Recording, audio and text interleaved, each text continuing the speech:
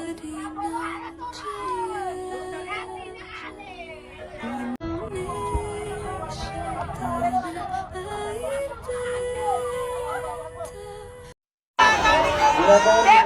maju sini, Prabowo sini, Basape.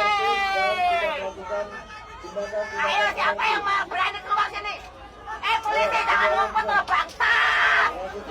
Weh anjing, ini lo kemarin bawa ituan lo, kemarin bawa ituan tuh, yang air itu lo. Kemarin bawa gas air mata lo tuh pintak itu.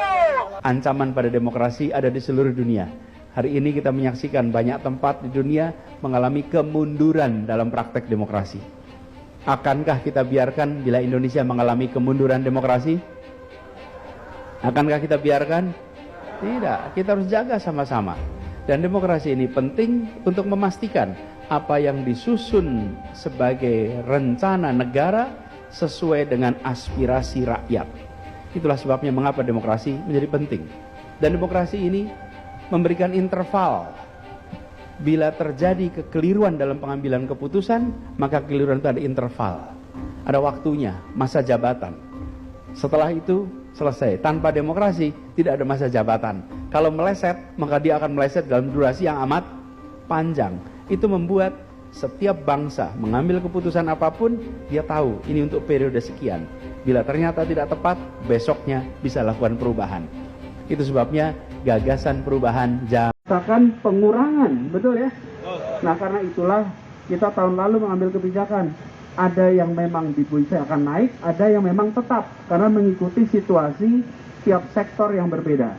Jadi teman-teman sekalian, kami memahami dan saat ini kami sedang sama-sama memperjuangkan agar UMP di Jakarta naik lebih tinggi daripada yang formula yang ada sekarang.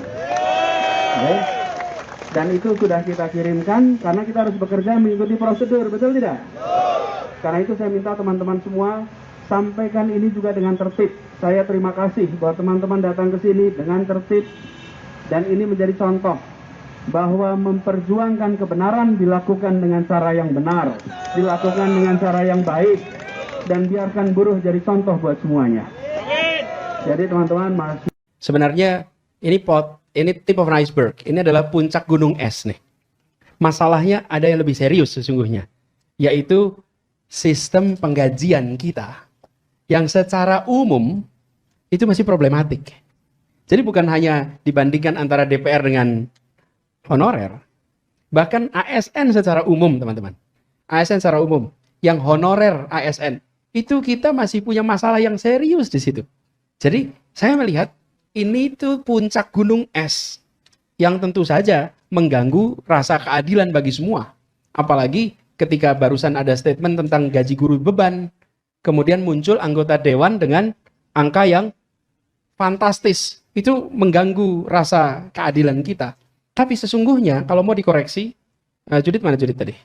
Judit, kalau mau dikoreksi ya teman-teman, kita memang harus serius mereview tentang sistem penggajian kita.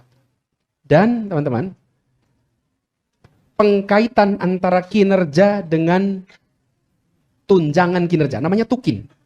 Tunjangan kinerja, tapi dibayarkan tanpa melihat kinerja, kan repot itu. Itu kenyataan di banyak tempat. Jadi tukin itu tidak selalu, kalaupun ada itu formalitas. Nah ini teman-teman, PR serius.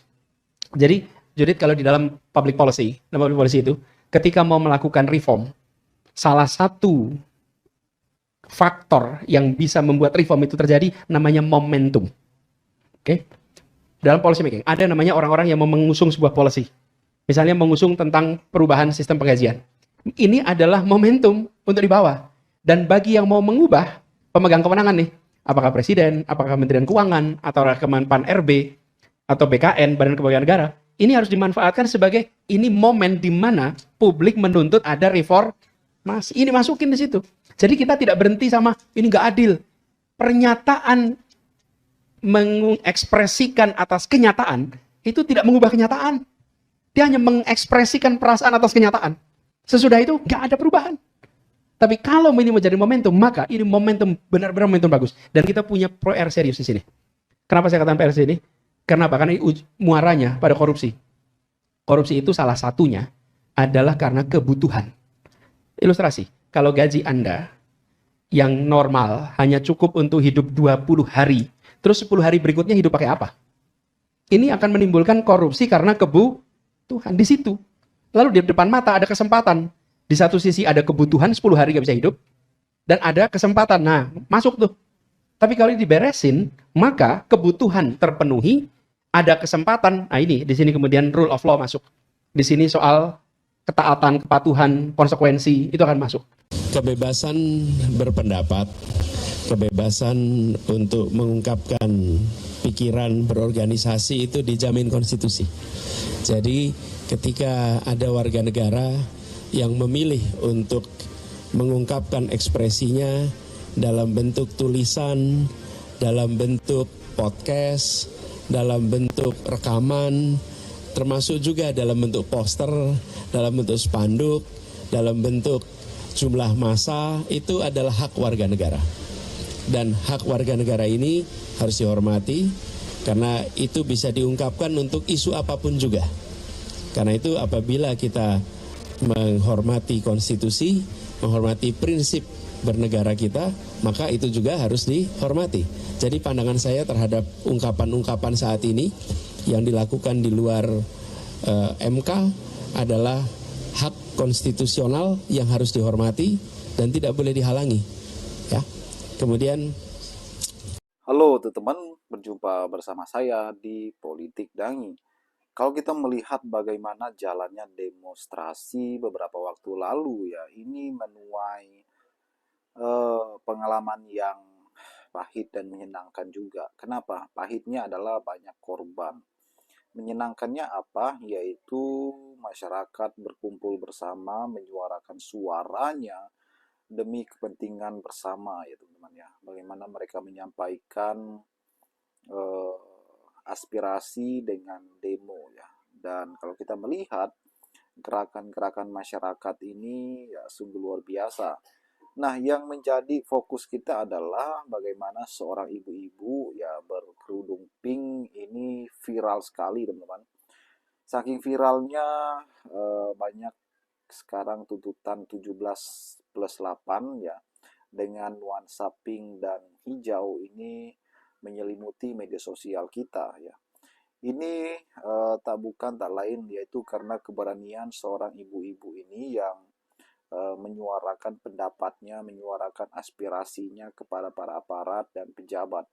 Bagaimana seorang ibu-ibu yang sudah paruh baya ya, dengan luar biasa sekali berani ya menantang aparat ya, bahkan berani bersuara. Nah, inilah menjadi inspirasi banyak orang saat ini.